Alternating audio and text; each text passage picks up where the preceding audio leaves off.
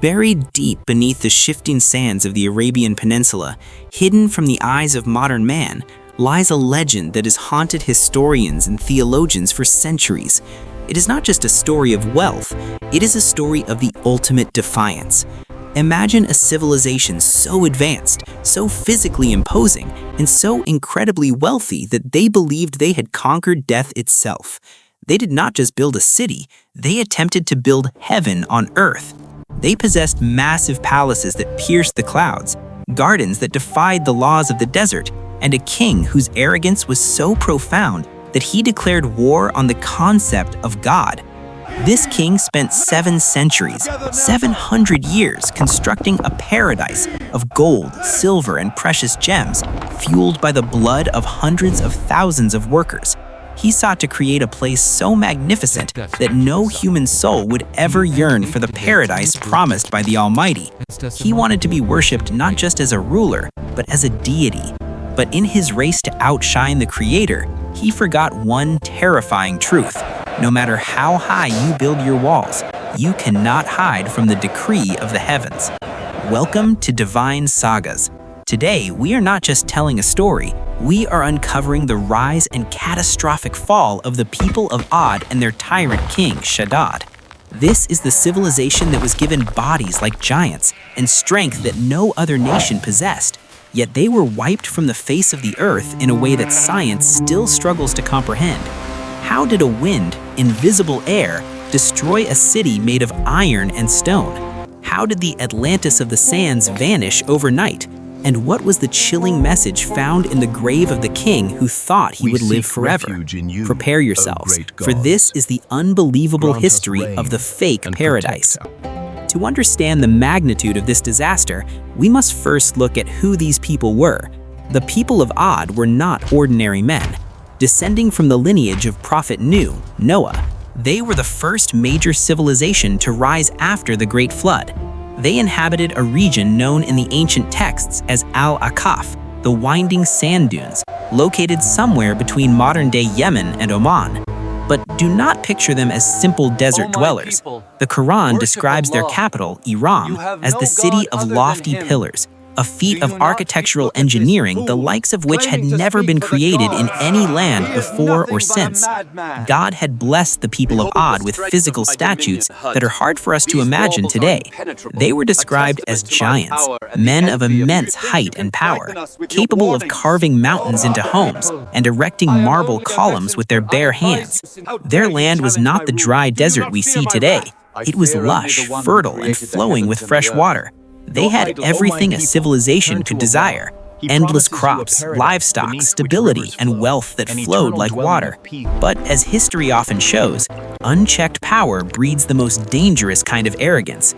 Living in the lap of such extreme luxury, the people of Ad began to forget the source of their blessings.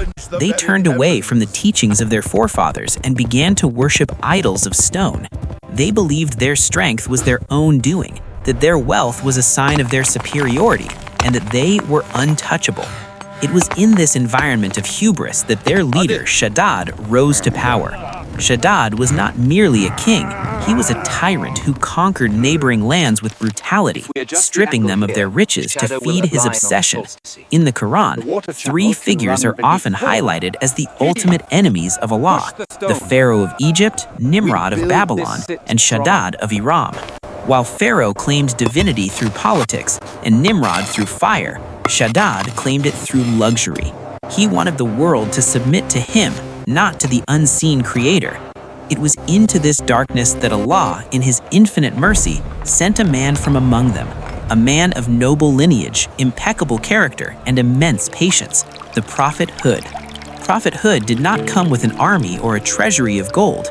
He came with a simple, powerful message: "O my people, worship Allah. You have no deity other than Him." He called them back to the logic of gratitude. He reminded them that it was Allah who gave them their tall stature, their fertile lands, and their safety. He warned them that if they continued to oppress the weak and worship stones, the blessings they enjoyed would be stripped away.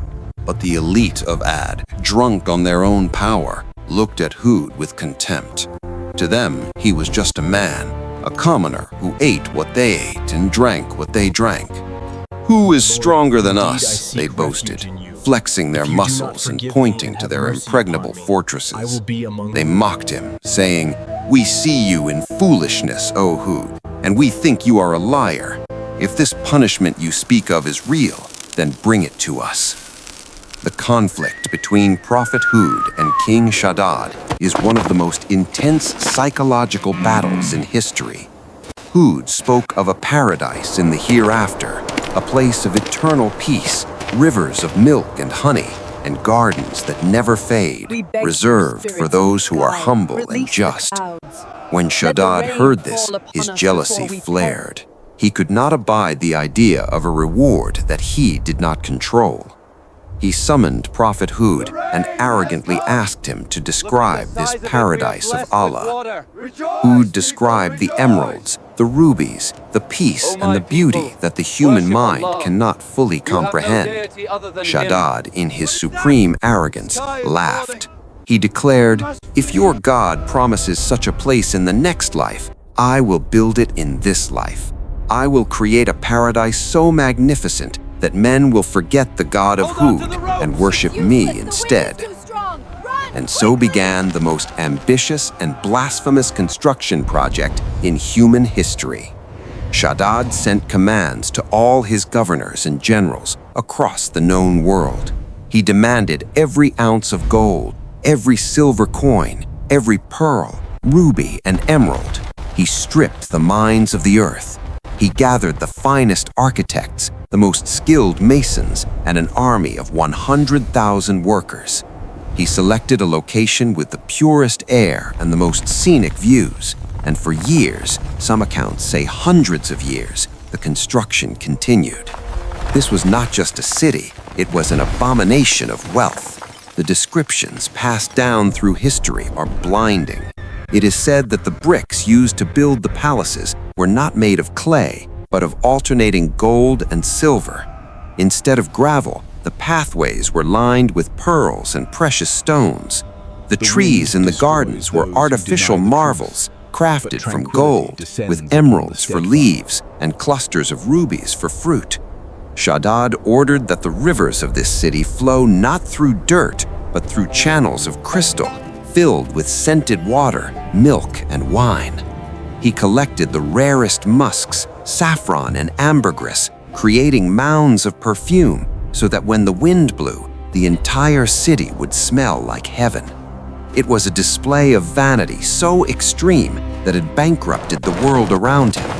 During this time, the obsession with gold became so intense that people in his kingdom began to dig up graves, stealing jewelry from the dead to satisfy the king's demands. It was a time of glitter on the surface, but absolute rot underneath. Finally, after lifetimes of labor, the city was complete. Iram of the pillars stood shimmering in the desert sun, a blinding testament to human ego. Shaddad prepared to make his grand entrance. He gathered his ministers, his concubines, and his guards. He wanted to march into his fake paradise and declare himself the supreme Lord of the worlds. But Allah is the best of planners. Just as Shaddad and his immense caravan approached the gates of the city, just as his eyes fell upon the shimmering walls of gold and silver he had spent a lifetime creating, the decree of Allah arrived. He had not yet taken a single step inside his fake paradise. He had not spent a single night in his golden palaces. It began with a drought. For 3 years, the skies turned to iron. The lush gardens of Ad began to wither. The cattle died. The famous rivers dried up. The heat became unbearable. The people who claimed to be gods on earth were suddenly begging for a drop of water. In their desperation, they looked to the sky, praying to their useless idols for rain. Then, one fateful day, 3 clouds appeared on the horizon, one white, one red, and one black. A voice from the unseen called out to the representatives of Ad, telling them to choose the cloud that would determine their fate. Thinking they were choosing rain to save their dying crops, they eagerly pointed to the black cloud. They shouted with joy, "This is a cloud that will bring us rain." Prophet Hud saw the cloud and knew the truth. He told them, "Nay, it is that which you ask to be hastened, a wind wherein is a painful torment." The black cloud was not rain. It was a wind, the sarsar, a furious, freezing gale that roared with the sound of thunder. It was not a normal storm. The Quran tells us it was a wind that Allah unleashed upon them for 7 nights and 8 days in succession. The destruction was absolute and terrifyingly specific. This wind possessed a force that defied physics. It snatched the giant men of Ad from their strongholds. It lifted them into the air like they were weightless feathers and smashed them back down. The text describes them lying on the ground like hollow trunks of palm trees. These men who had bragged that no one was stronger than them were tossed about like dry leaves. Shaddad, the man who wanted to be God, watched in horror as his golden city was buried by the very sands he thought he ruled. The wind tore through his palaces, stripping the gold, shattering the rubies, and burying his fake paradise under mountains of dust. Shaddad himself perished right at the gate of his city, never tasting the fruit of his arrogance. The wind did not stop until every trace of the civilization of Ad was erased, leaving nothing but their empty dwellings as a warning for the generations to come. Hud and the small group of believers who had followed him were saved by Allah's mercy. They were protected in an enclosure, untouched by the howling winds that decimated their oppressors just inches away. They eventually migrated to the Hadramaut region of Yemen, where Prophet Hud lived out the rest of his days in worship, a witness to the truth that worldly power is nothing but an illusion. But the story does not end entirely there. There is a chilling postscript to the legend of Shaddad, a discovery made centuries later that serves as a final seal on this tragedy.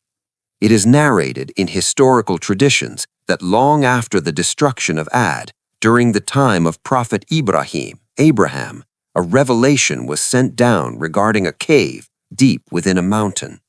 Prophet Ibrahim was guided to enter this hidden cavern.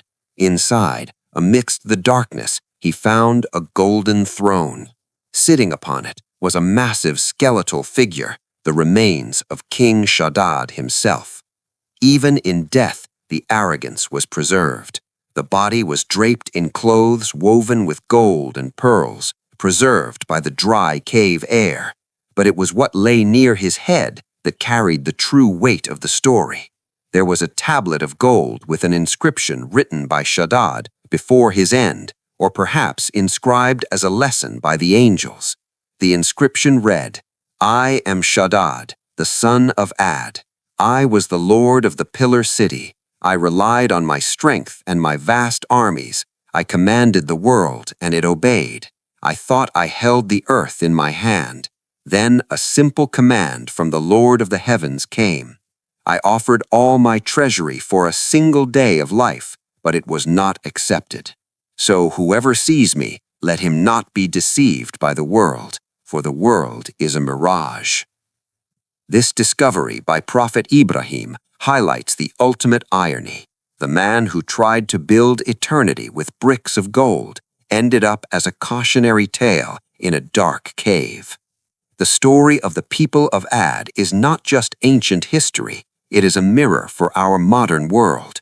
Today, we build skyscrapers that pierce the clouds. We pride ourselves on our technology, our military might, and our economies. We often feel invincible, safe in our cities of pillars. But the fate of Ad reminds us that power without humility is a trap. We are reminded that wealth is a test, not a validation of our worth. The fake paradise of Shaddad lies buried beneath the sands of the empty quarter, perhaps waiting to be found, or perhaps erased forever as a mercy to us, lest we become captivated by the same glitter that destroyed them. The true paradise is not built with the blood of the oppressed or the bricks of arrogance. It is built with a heart that bows to the Creator. Thank you for watching Divine Sagas. If this story shook you, if it reminded you of the fleeting nature of this life, please hit that like button and subscribe. Share this video with others so the lesson of Ad can spread. Until next time, remember, do not build your castle on the sand, for the wind is always listening. Peace be upon you.